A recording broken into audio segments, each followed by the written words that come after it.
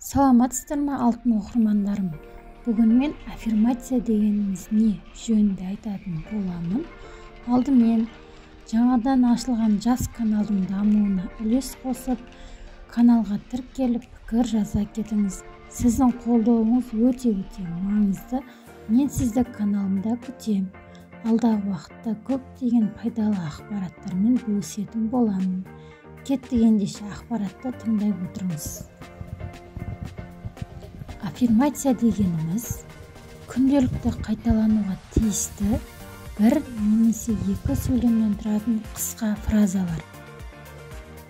Бұл фразаларды кез келген уақытта, тіпті шай үстінде де, көлікте де, кетіп бара жатып та, ванна қабылдап жатып та, яғни мүмкіндігінше жиірек қайталай берген дұрыс.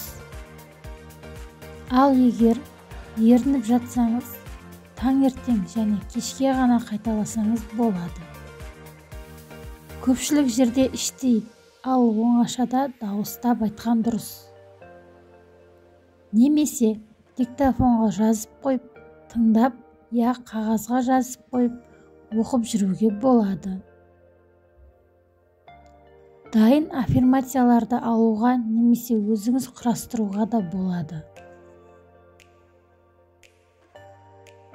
Аффирмацияны қалай айтқан дұрыс? Аффирмация күніне ең кем дегенде 4-5 рет айтқан дұрыс. Таңертең ояна салғанда және кешке жатарда аффирмация айтудың пайдасы көбірек. Арнайы блокнот арнап, өзіңізге ұнайтын аффирмацияларды жазып жүрсеңіз де тіпті керемет нәтижелер аласыз. Аффирмацияларды сүйіктіңізбен немесе кішкене балалармен қосылып бірге айту ара қатынасты жақсартады. Аффирмацияға сондай қатты сенудің қажеті жоқ.